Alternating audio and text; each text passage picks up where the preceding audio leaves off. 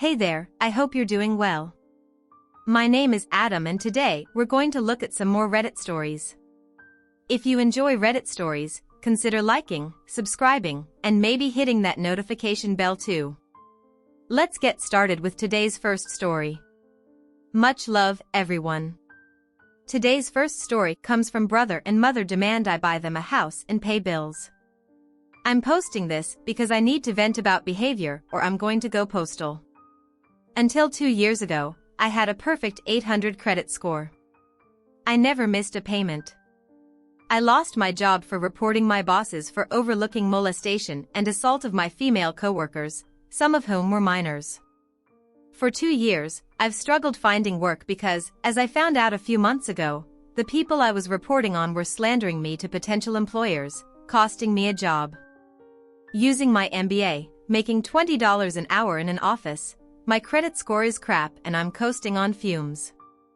The worst part of this is my family doesn't know and is running around telling everyone. I refuse to help them keep a roof over their head. I'm near the point of being unable to buy food and these jackwagons are telling people I should buy them a place to live. The reason my grandmother died, of what I suspect was COVID.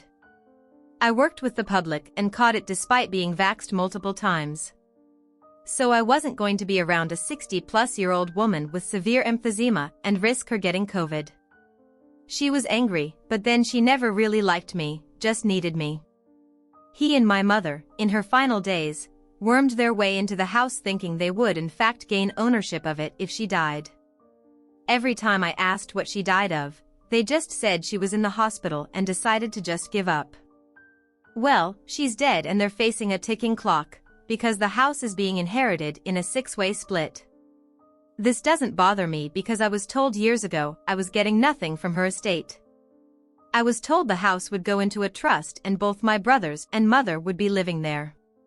My brother, who has spent his life bouncing from one multimillionaire relative's couch and wallet to another, thinks I should buy a house for him and my deranged mother. The man who was given a house to live in when he finally decided to leave home at 25 thinks the man who was thrown out the week after graduation and lived in low-income housing to 17, too sick to take care of himself, should buy him a house. This isn't the first time he said stuff like this, and it's surely not going to be the last, but it just infuriates me how twisted these people's logic is. I know this isn't the last time because I asked him several years ago what he would do when grandma is dead. His rich uncle, who has cancer in remission, loses his cancer battle, and our mother is incapable of taking care of herself.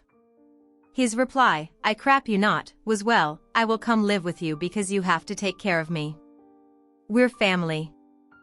When it's me, family means no help and self-sufficiency. When it's them, it means mandatory help and mandatory handouts. Am I wrong to be angry about them and their behaviors? I swear having to deal with all the people who they told lies and half-truths are coming up to me and shaming me before I correct them, making me want to give up and just stop going out. It's not like you've been through a whirlwind of chaos, betrayal, and slander, right? Clearly, you should just suck it up and keep enabling their entitled behavior because you know that's what family is for, right? It's not like they've ever shown you an ounce of respect or gratitude. And let's not forget about your perfect credit score you lost for doing the right thing.